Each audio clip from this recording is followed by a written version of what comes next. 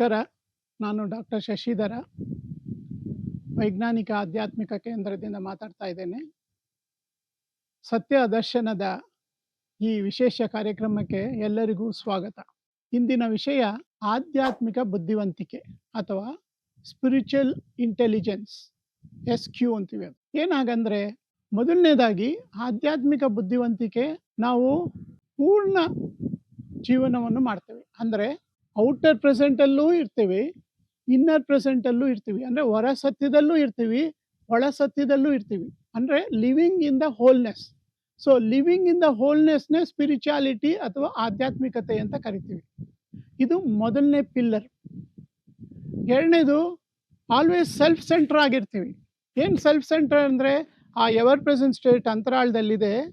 ಅದರಲ್ಲಿ ದೇಹ ಬಂದಿದೆ, ದೇಹ ಹೋಗುತ್ತೆ. ಈ ಪ್ರಪಂಚ ಬಂದಿದೆ, ಪ್ರಪಂಚ ಹೋಗುತ್ತೆ. ಒಂದು ಸೋಲಾರ್ ಸಿಸ್ಟಮ್ ಕ್ರಿಯೇಟ್ ಆಗಿದೆ, ಸೋಲಾರ್ ಸಿಸ್ಟಮ್ಮು ಹೋಗುತ್ತೆ. ಸೊ ಆ ಎವರ್ ಪ್ರೆಸೆಂಟ್ ಸ್ಟೇಟನ್ನ ಅಂತರಾಳದಲ್ಲಿ ಇಟ್ಕೊಂಡು ಆಚೆ ಕಡೆ ಆಬ್ಜೆಕ್ಟಿವ್ ಈ ಒಂದು ಪೆರಿಫೆರಿ ಏನಿದೆ ಅದನ್ನು ಮ್ಯಾನೇಜ್ ಮಾಡೋದು ಈ ಆಧ್ಯಾತ್ಮಿಕ ಬುದ್ಧಿವಂತಿಕೆಯ ಎರಡನೇ ಪಿಲ್ಲರ್. ಮೂರನೇ ಪಿಲ್ಲರು ಯಾವಾಗಲೂ ಹ್ಯಾಪಿನೆಸ್ ಆಗಿರುತ್ತೆ. ಹೇಗೆ ಹ್ಯಾಪಿನೆಸ್ಸು? ಹೋಲಿಸ್ಟಿಕ್ ಹ್ಯಾಪಿನೆಸ್ ಅಂತ ಹೇಳ್ತೀವಿ. ಹೋಲಿಸ್ಟಿಕ್ ಅಂದರೆ ಎಲ್ಲ ಇನ್ಕ್ಲೂಡೆಡ್. ಇವಾಗ ಬಾಡಿಯಿಂದ ಏನೇನು ಹ್ಯಾಪಿನೆಸ್ ತಗೊಬೋದು: ಊಟ ಮಾಡೋದು, ಜ್ಯೂಸ್ ಕುಡಿಯೋದು, ಸ್ವಿಮ್ಮಿಂಗ್ ಮಾಡೋದು, ಡ್ಯಾನ್ಸಿಂಗ್ ಮಾಡೋದು, ಸಿಂಗಿಂಗ್ ಮಾಡೋದು. ಸೊ ಈ ಒಂದು ದೇಹದಿಂದ ಏನೇನು ಸಾಧ್ಯವೋ ಅದನ್ನೆಲ್ಲ ನಾವು ಖುಷಿ ಪಡ್ತೀವಿ. ಇದರಲ್ಲಿ ಇಂಪಾರ್ಟೆಂಟ್ ಆಗಿ ಏನಂದರೆ, ಇಟ್ ಈಸ್ ಎಕೋ ಫ್ರೆಂಡ್ಲಿ. ಅಂದರೆ ಒಬ್ಬರಿಗೂ ಹರ್ಟ್ ಆಗ್ದಂಗೆ, ಇನ್ನೊಬ್ಬರಿಗೆ ತೊಂದರೆ ಆಗ್ದಂಗೆ ನೀವು ಸಂತೋಷವಾಗಿರೋದು. Not hurting anybody or anything. So that is eco friendly. So eco friendly holistic happiness is important as a third pillar. ಅಂದರೆ ಬಾಡಿಯಿಂದನೂ ಎಂಜಾಯ್ ಮಾಡ್ತೀರಾ, ಮೈಂಡಿಂದ ಎಂಜಾಯ್ ಮಾಡ್ತೀರಾ. ಇವಾಗ ನಿಮ್ಗೊಂದು ಕಾರ್ ಬೇಕು, ಅದಕ್ಕೆ ವರ್ಕ್ ಮಾಡಿ ಕಾರ್ ತೆಗೆದುಕೊಳ್ತೀರಾ.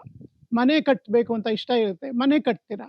ಸೊ ಇದು ಆಧ್ಯಾತ್ಮಿಕತೆಯಲ್ಲಿ ನೀವು ಆಸೆ ಬಿಟ್ಬಿಡ್ಬೇಕು ಅನ್ನೋದಿಲ್ಲ, ಖುಷಿ ಪಡಿ. ಬಟ್ ಇದರಲ್ಲಿ ಎಕೋ ಫ್ರೆಂಡ್ಲಿಯಾಗಿರಲಿ. ಮೂರನೇದಾಗಿ ಎಮೋಷನ್ಸ್. ಎಮೋಷನ್ಸಲ್ಲಿ ಲೋಯರ್ ಎಮೋಷನ್ಸು ಸರ್ವೈವಲ್ ಆಗಿ ಬಂದಿರೋದ್ರಿಂದ ಅದನ್ನು ಇಟ್ಕೊಂಡು ಅದನ್ನು ಯಾವಾಗ ಸರ್ವೈವಲ್, ಇವಾಗ ಕೆಲವು ಸಲ ನಾವು ಕೋಪ ತಗೊಬೇಕಾಗುತ್ತೆ. ಸೊ ಅದನ್ನೆಲ್ಲ ಸರ್ವೈವಲ್ ಮೆಕ್ಯಾನಿಸಮ್ಗೋಸ್ಕರ ಕೊಟ್ಟಿರೋದ್ರಿಂದ ಅದನ್ನು ಯೂಸ್ ಮಾಡ್ಕೊಳ್ಳಿ. ಬಟ್ ಹ್ಯೂಮನ್ ಬೀಯಿಂಗ್ ಆಗಿರೋದ್ರಿಂದ ಹೈಯರ್ ಎಮೋಷನ್ಸ್ನ ಯೂಸ್ ಮಾಡಿ. Love, compassion, kindness, contribution to the society, ಇದನ್ನೆಲ್ಲ ಮಾಡ್ಕೊಂಡು ಹೋಗಿ. ನಾಲ್ಕನೇದಾಗಿ ಪರಿಸರ ಹ್ಯಾಪಿನೆಸ್. ಇಲ್ಲಿ ಪರಿಸರದಲ್ಲಿ ನಾನು ಕೂತಿದ್ದೀನಿ, ಒಳ್ಳೆ ಗಿಡ ಮರಗಳಿದ್ದಾವೆ, ಒಳ್ಳೆ ಗಾಳಿ ಇದೆ, ಒಳ್ಳೆ ಬೆಟ್ಟ, ಒಳ್ಳೆ ಕೆರೆ, ಪ್ರತಿಯೊಂದು ಇದೆ. ಇದನ್ನು ಎಂಜಾಯ್ ಮಾಡಿ. ಸೊ ಇದು ಎಕೋ ಹ್ಯಾಪಿನೆಸ್ ಅಂತ ಹೇಳ್ತೀವಿ. ಫ್ರೂಟ್ಸ್ ಬಿಡುತ್ತೆ, ಫ್ರೂಟ್ಸ್ ಕಿತ್ಕೊಳ್ಳಿ, ಫ್ರೂಟ್ಸ್ ತಿನ್ನಿ.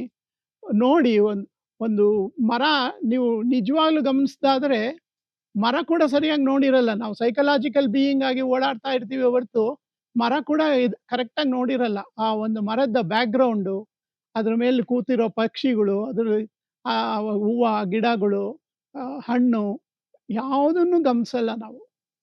So eco happiness is important. ಅಂದರೆ ಫಿಸಿಕಲ್ ಆಗಿ ಬಾಡಿಯಿಂದ ಹ್ಯಾಪಿನೆಸ್ಸು, ಮೈಂಡಿಂದ ಹ್ಯಾಪಿನೆಸ್ಸು, ಎಕೋಲಾಜಿಕಲ್ ಸಿಸ್ಟಮಿಂದ ಹ್ಯಾಪಿನೆಸ್ಸು, ಭಾವನೆಗಳಿಂದ ಹ್ಯಾಪಿನೆಸ್ಸು, ಮತ್ತು ಅಂತರಾಳದಿಂದ ಹ್ಯಾಪಿನೆಸ್. ಅಂದರೆ ಅಂತರಾತ್ಮ ಏನು ಹಗುರತೆ ಅಂತ ಹೇಳಿದ್ವಲ್ಲ, ಡೀಪ್ ಸ್ಲೀಪಲ್ಲಿ ಅದನ್ನು ಎಂಜಾಯ್ ಮಾಡ್ಬೋದು, ಅಥವಾ ಸೈಲೆನ್ಸಲ್ಲಿ ಅದನ್ನು ಎಂಜಾಯ್ ಮಾಡ್ಬೋದು.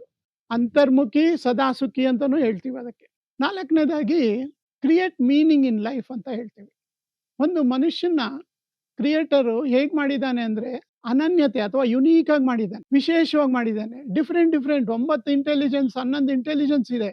ಅದರಲ್ಲಿ 4 ಲಾಜಿಕಲ್ ಇಂಟೆಲಿಜೆನ್ಸ್ ಇರ್ಬೋದು, ವಿಜುವಲ್ ಇಂಟೆಲಿಜೆನ್ಸ್ ಇರ್ಬೋದು, ಮತ್ತು ಕೆಲವರಿಗೆ ಕ್ರಿಯೇಟಿವ್ ಇಂಟೆಲಿಜೆನ್ಸ್ ಇರುತ್ತೆ, ಕೆಲವರಿಗೆ ಲ್ಯಾಂಗ್ವೇಜ್ ಇಂಟೆಲಿಜೆನ್ಸ್ ಇರುತ್ತೆ, ಒಬ್ಬೊಬ್ಬರಿಗೆ ವರ್ಡ್ ಸ್ಮಾರ್ಟು, ಪಿಕ್ಚರ್ ಸ್ಮಾರ್ಟು, ಸುಮಾರು ರೀತಿಯಲ್ಲಿ ಇಂಟೆಲಿಜೆನ್ಸ್ ಇರುತ್ತೆ.